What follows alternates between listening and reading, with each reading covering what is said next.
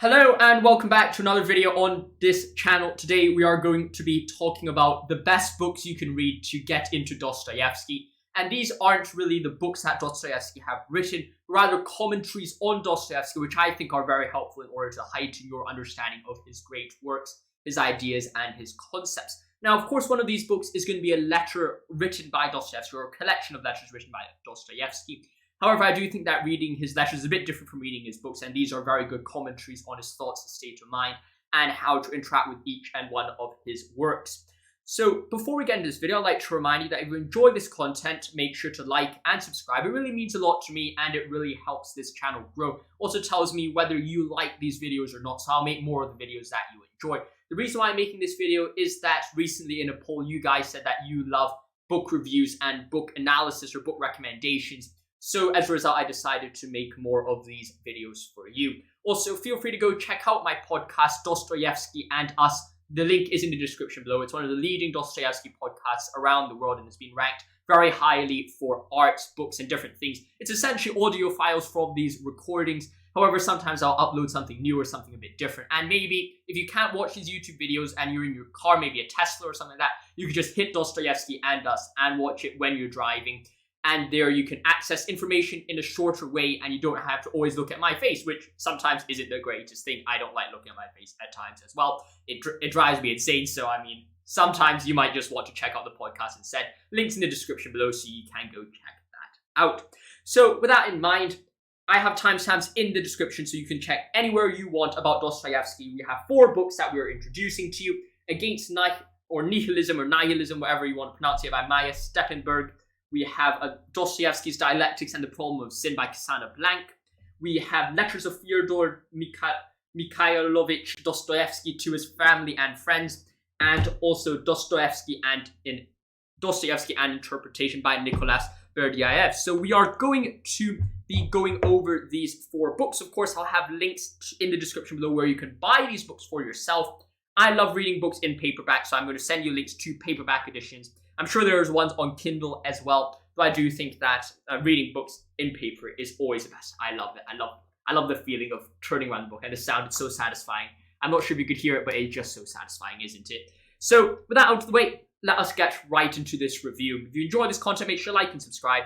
And of course, let us get right into our first book, Dostoevsky and Interpretation by Nicholas Berdyaev. Now, I don't agree with everything that is said in this book. I think that some takes on certain concepts of Dostoevsky might not be correct. So, and the same goes to all of these, apart from, of course, Dostoevsky. It's from the person's mouth himself, so I can't exactly say I disagree with it. But I do think whenever you're reading these commentary books, you always should take it with a grain of salt. Everyone approaches these concepts, these ideas, from their own perspective, and that's the natural thing that everyone undertakes. But it's one of those things where I'm reading the book and I'm like, well, there's certain parts where I might not agree with, but at the same time, the majority is just so beautiful, it's so sound. And one of the main problems that, even though this is a translation, one of the main problems which we see in modern English these days is the idea that things are so dry, things are not very nice to read, not very nice to hear. But then, when you're reading this, even if it's in its translation, the wording, the choice of vocabulary used is just so beautiful, and it really lightens the spirit when you're reading. And for example, the great quote, which is written here, "So great is the worth of Dostoevsky that to have produced him is by itself sufficient justification for the existence of the Russian people in the world." What a beautiful quote, and I think that summarizes the beauty of this book. In this book, he talks about this Dostoevsky and spirit, the nature of man, the nature of freedom, evil, love, revolution and socialism, Russia, and finally a beautiful analysis of the Grand Inquisitor, Christ, and the Antichrist. This is actually where I got the idea of Dostoevsky and Us from, and it's such a beautiful book. It is a very nice analysis of each individual concept of a Dostoevsky and really presents Dostoevsky in its rawest form, and it's one of the books where I'll recommend you to read either before or after you've read Dostoevsky's complete works, and I'll just contextualize each individual character. Personally, I recommend you to read it before you get into the book, in the same way that I'll recommend you to read the Dialectics of Sin before you get into this book. I'll try to get Kisana Blank onto the channel. Honestly, I'll try to email her, see if she's willing to come on for an interview. I find it very profound. Talk about that in a bit. However, I do think that by reading these before you get into the book, it really allows you to go through the works. It allows you to really understand exactly where each individual character comes from. And by understanding where each individual character comes from, their perspectives, when you're reading the work, you can say, well, yes, we are seeing this character here. well, immediately we can connect him to these themes, these ideas, and this idea of this mind map is so clear, so lucid in your head when you're reading Dostoevsky, and that is definitely very, very helpful. Now that we've talked a bit about Dostoevsky and Interpretation by Nikolai Berdyaev, I'll say that this is one of the best books I recommend. I'm actually planning to buy it as a gift to a few of my friends who, in the end of the year. We're leaving high school soon, so I might buy this as a gift to some people. That's one of my favorite books, and I think that is very beautiful.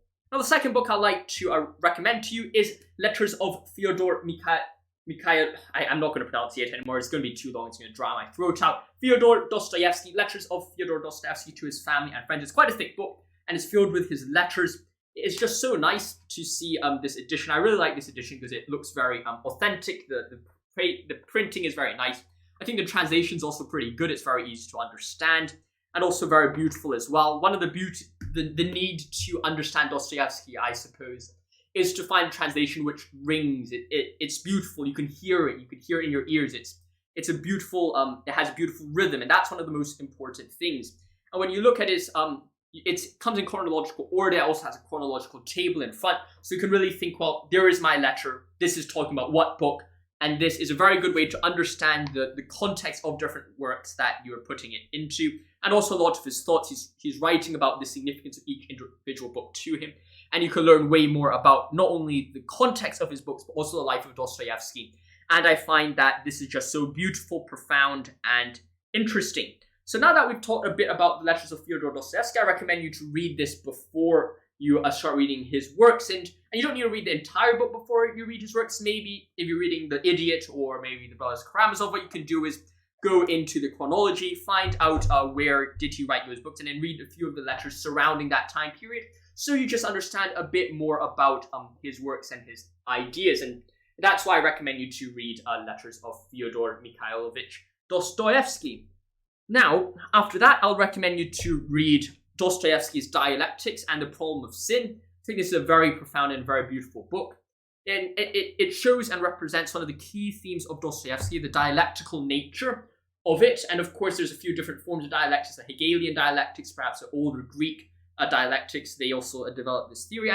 And what Cassandra Blank uses is to combine all these forms of approaches to Dostoevsky's kind of thinking, to look at these different concepts and then put them together and say, well, maybe this way of viewing Dostoevsky is the best. And I think that's definitely so true. In our previous video discussing If There Is No God, Everything Is Permissible, I'll put a card up above. I talked about how Dostoevsky uses dialectics to show the complexity of human nature, how you have two equally correct worldviews which are completely contradictory at the same time, which have to be wrestled with in order to understand the nature of humanity. One of them being Alyosha and Ivan Karamazov, both being run right next to each other, the night of faith and the night of infinite resignation, the night of religion, the night of the Euclidean mind, perhaps using more Kierkegaardian terms. You have these two worlds put together and contrasted together, to clash together, and you say, well, that's a dialectical way to view humanity. And in this book, she goes over a few different forms: the dialectic of goodness, the dialectics of beauty, and the dialectic of truth.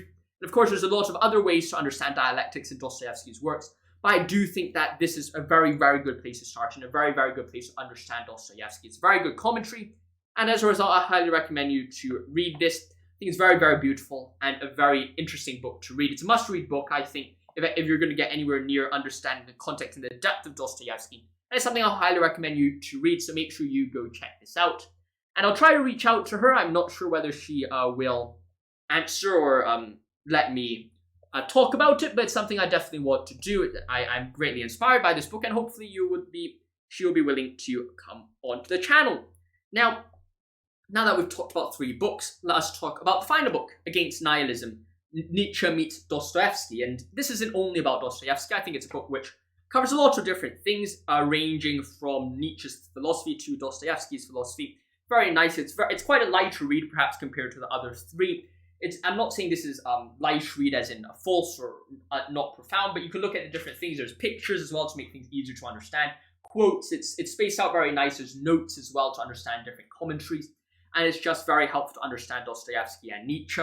My research project was indeed on the relationship between Nietzsche and Dostoevsky. I wrote a dialogue between the two, so it was very interesting to be able to reach out and indeed read this book and did something which was very profound and helpful. So now that we've talked a bit about Nietzsche and Dostoevsky, I think what this book does so well is that it compares Nietzsche and Dostoevsky's thoughts in various forms and on various kind of lenses or themes, talking about existentialism, nihilism, purity, prophecy, and the rest. So it's actually a very interesting book to represent different key themes in Dostoevsky. It's very interesting to read. What it also does that is it kind of contextualizes Dostoevsky in the European existentialist movement of the time, how he plays in kind of, how to say, in context or in retrospect with his thinkers before him that predated him and the thinkers that came after him. And it's kind of very interesting, and I really recommend you to read this book as well.